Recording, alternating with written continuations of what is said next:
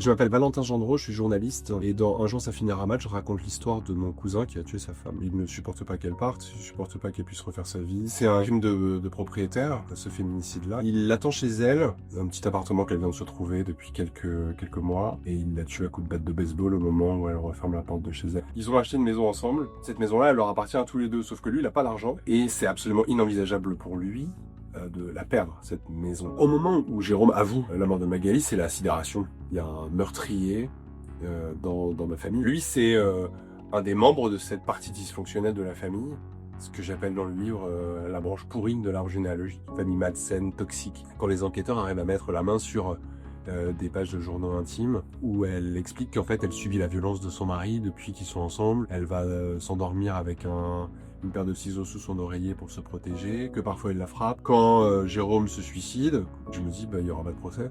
Il pourra jamais expliquer. Je suis simplement là pour un objectif précis, c'est de raconter la reproduction de la violence dans cette famille. C'est que ça aboutit par un féminicide. Qui a pensé à protéger Magali, qui s'est dit oula, là cette femme a besoin.